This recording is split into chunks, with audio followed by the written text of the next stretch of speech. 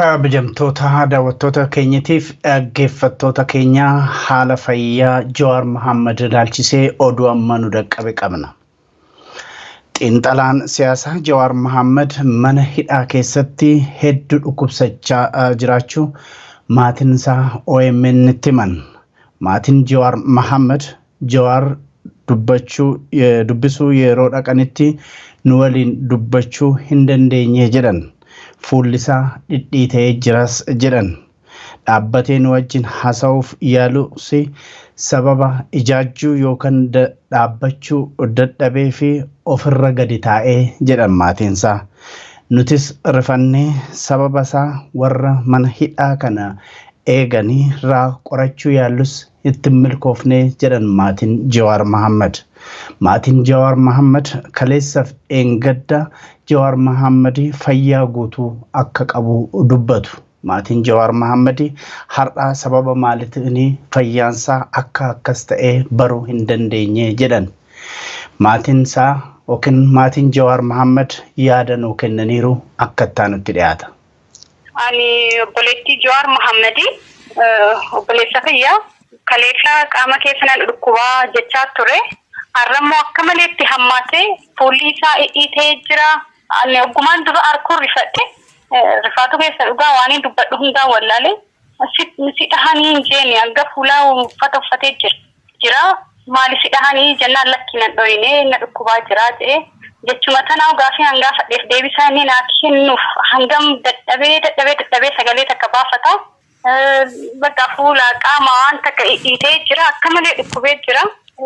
Miilaan oguu nyaata nurraa fudhatee achi deemu akka lafarra harkisaa deemaa miila kaafachuu hin danda'u dadhabee nama bakka qaamni hedduu dhibamee laafatti tokko ta'ee jira hedduu dadhabee jira wanti jiru hedduu nama sodaachisaa kaleessa na dhukkuba jaa garuu humaa dhiitooyni kun hin jiru kaleef dheengaddaaf keessi koo gaarii miti xiqqoo na dhukkubaa jira jaa arra garuu ka addaati fuulli kun nama sodaachisa gulaaltu dhiitee jira. Hedduu wanni jiru haalaan nama sodaachisa. Ani beeku sodaadheetiin jira hedduu. Mana yaalaa hanga ammaa deemeen jiru. Doktora mana yaalaa hin geeffamne doktora ofii isaatiif qabullee galchuuf hin dandeenye gaafii irra deddeebi'ee gaafatee ture. Ilaa ammaatti hin galchinee fi ka isaaniitiin illee hin yaalamne hanga ammaa osoo yaalan argatiin daranutti hammaatu jirti. Inuma ani maaliif shakka waa nyaachisuun oolan namni fuulli isaa akkatti ni ta'u waasumma wayiiti malee nama summi waan summeessa wayiitu jira malee akkana fuulli ni ta'u dawaa nuti yeroo biraa garaadhaaf maal jedhee geessinuufi jira ture ka doktorri isaa ajajeef mana keessa tokkichuma ayyamanii fi isumaa'u dawaa san fudhatee ala kaama ularra kaayama eega inni ganama fudhateeti achuma ala ta'a dawaan mana keessa ol hin seenu dawaa sanuu shakku amma dawama isaan ala kaan dawaan akkamitti isaan irraa fudhaniiti balbala irra ta'a. Asan keessa waa godhuun oolan bakka summi maarra fuulli isaa akkasuma fakkaata malee namni guyyaa takkatti akka dhibamee lafa hin ga'u. Akka takkaa jiruu isaa keessa dhibamee hin beeku dhibee akka ammaa kan. Takka akkatti harka kennatee illee hin beeku Jawar. Takka waan xiqqoo tanaaf nama laaffatee akka lafa kufu hin turre. Garuu ka ammaa kun waanuma addaati rabbummaan haadha qabus malee hedduu ulfaata hedduu. Yaa ummata Oromoo osuma ijaan agartanii osuma akkatti ilaallu har'a boru osuma jennu osuma har'a akkana goonee boru akkana goone osoo jennu osoo walii galuu dadhabnee waan takka godhuu dadhabnee Jawar mana hidhatti dhiisnee boru lubbuu isaa dhabuuf deemna.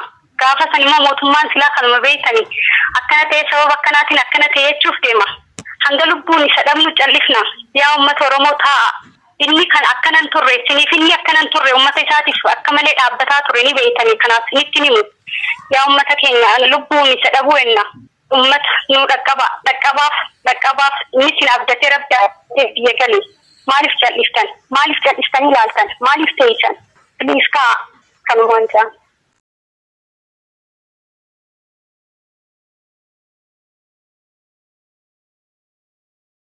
Mohamed akka obboleettiin Jawar Mohamed fi maatiin Jawar Mohamed jedhanitti Jawar Mohamed mana hidhaa keessatti hedduu dhukkubsateeti jira.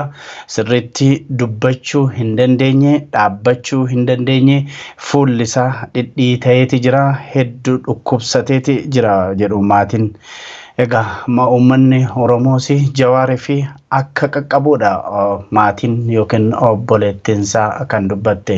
Egaa kabajamtoota daawwattoota keenya dhaggeeffattoota keenya haala fayyaa Jawar Mohamed hordofnee kan isinii dhiyeessinu ta'a. Akkasumas abukaatoo isaatii fi namootatti dhiyeenya qaban hordofnee kan haasofsiifnee hordofnee kan isinii dhiyeessinu ta'a. Ammas nu wajjin tura.